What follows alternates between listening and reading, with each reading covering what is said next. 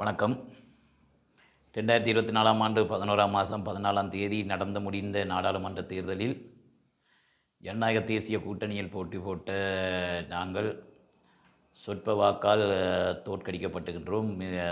தொடர்ந்து பாராளுமன்ற தேர்தல் எங்களுக்கு இவ்வாறான நிலைமை தான் உருவாகின்றது. அதற்கு காரணமாக இருந்த சில அரசியல் கட்சிகள் தேர்தல் விதிமுறைக்கு மாறாக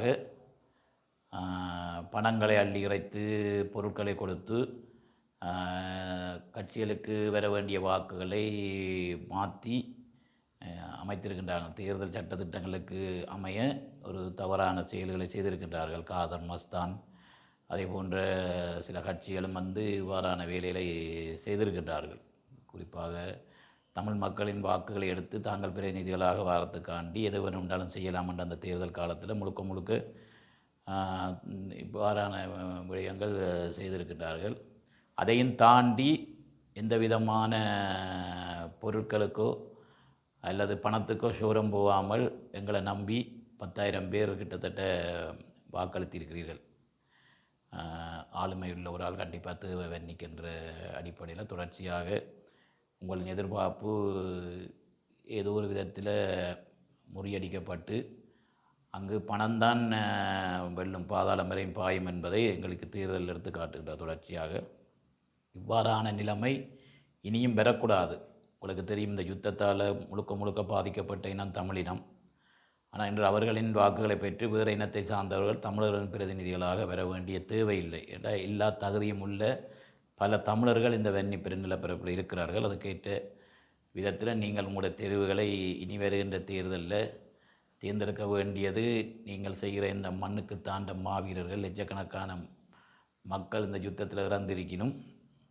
அவைகளின் ஆத்மாக்காவது நீங்கள் செய்ய வேண்டிய கடமை தமிழருக்கு வாக்களித்து நீங்கள் தமிழ் பிரதிநிதிகளை உருவாக்க வேண்டியது காலத்தின் கட்டாயம். இதை வேறு கட்சிக்காரர் கதைக்கிறையில் தமிழ் கட்சிக்காரர் தாங்கள் வேண்டா காணும் என்ற அடிப்படையில் மக்கள் எவ்வாறு புள்ளியாக பயன்படுத்தப்படுகின்றார்கள் என்பதை அவர்கள் கவனத்தில் செலுத்தாது தங்களின் வெற்றிக்கான அரசியலை மட்டும் செய்கின்றார்கள் என்று அவர்கள் எதுவும் செய்கிறதில்லை. அவர்கள் வென்றவர்கள் நீண்ட காலம் தமிழர்கள் சரியான விதத்தில் தமிழர்களை வழிநடத்தி இருந்தால் இவ்வாறான மாற்றினத்துக்கு பின்னால் போக வேண்டிய தேவை வராது மக்களுக்கு. ஆகவே நான் நினைக்கின்றேன், இந்த தேர்தல் கூட பல மாவட்டங்கள் தமிழ் பிரதிநிதிகளை இழந்திருக்கின்றது. உங்களுக்கு தெரியும், கொழும்பில் இன்று தமிழ் பிரதிநிதித்துவம் இல்லாத ஒரு சூழல் உருவாகியிருக்கின்றது. ஏற்கனவே இருந்த ஒரே ஒரு தமிழ் பாராளுமன்ற உறுப்பினர்களும் தோற்கடிக்கப்பட்டிருக்கின்றார்.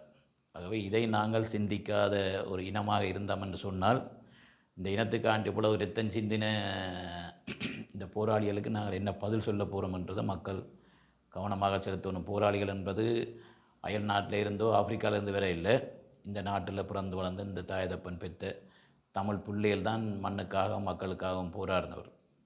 ஆகவே நீங்கள் கொஞ்சமாவது மிஞ்சி போன இந்த தேர்தலையாவது எங்களோட ஒற்றுமையும் பிரதிநிதித்துவத்தையும் காட்ட வேண்டியது காலத்தின் தேவை.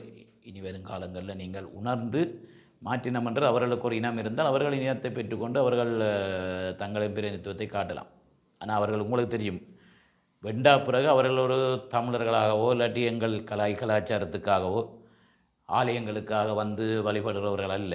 அவர்கள் தாங்கள் ஒரு இஸ்லாமியர் என்ற அடிப்படையில் தான் அவர்கள் தங்களை காட்டிக்கொள்கிறார்கள். ஆனால் தமிழ் மக்களின் வாக்குகளை சூறையாடி தமிழர்களை தமிழ் பிரதேசங்களில் தோற்கடிக்கின்றார்கள்.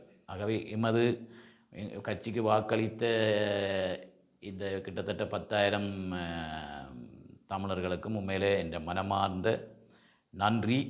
தேர்தலில் தோத்தாலும் விட்டுட்டு ஓடுபவன் இல்லை நான், உங்களுக்கு தெரியும். எங்கள் அரசியல் பயணம் தொடரும். ஆனால் இவ்வாறான இந்த பொருட்களை கொடுத்து காசை கொடுத்து தொடர்ந்து தமிழ் மக்கள் என்று வாக்குகளை பெற்று வெல்லலாம் என்று நினைக்கிற நீங்கள் தயவுசெய்து உங்களோட முடிவுகளை மாற்றி நீங்கள் ஒரு இனம் உங்களோட இனத்தின் பிரதிநிதியை வரையலுமெண்டா வாங்கும்.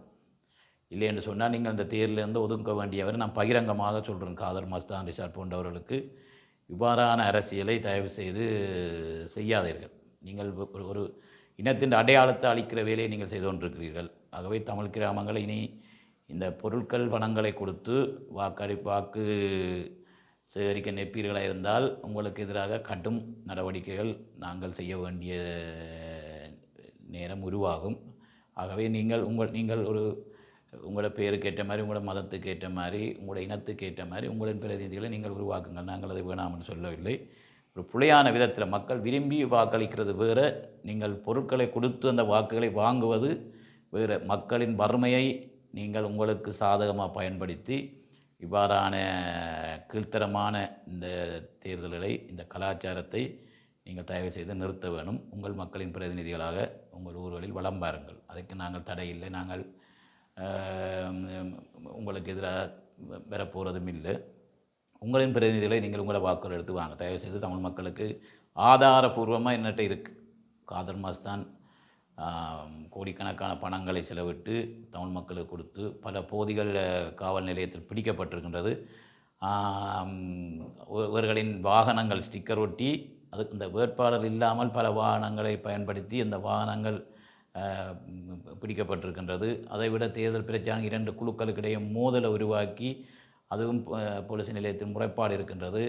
ஆகவே கேட்க பார்க்க யாரும் இல்லை என்ற உங்களோட இந்த சண்டித்தன அரசியலை நான் நினைக்கிறேன் இந்த தேர்தல் 2024ஆம் ஆண்டு தேர்தலோடு நிறுத்தினீங்கள் என்றால் உங்களுக்கு ஆரோக்கியமாக இருக்கும். ஆனால் நீங்கள் இதில் வேண்டும் ஒன்றும் செய்ய போகிறதில்லை. இந்த அரசாங்கம் ஊழலற்ற ஒரு அரசாங்கத்தை கொண்டு வர வேணும், ஊழலற்ற ஒரு நாட்டை உருவாக்க வேணும் என்று தொடர்ந்து சொல்லி கொண்டிருக்க நீங்கள் இந்த ஊழலை தொடர்ந்து செய்து கொண்டிருக்கிறீர்கள். இந்த தேர்தல் நீங்கள் செய்த ஊழல் சிறந்த ஒரு உதாரணம். ஆகவே இதை நாங்கள் பகிரங்கப்படுத்துவோம்.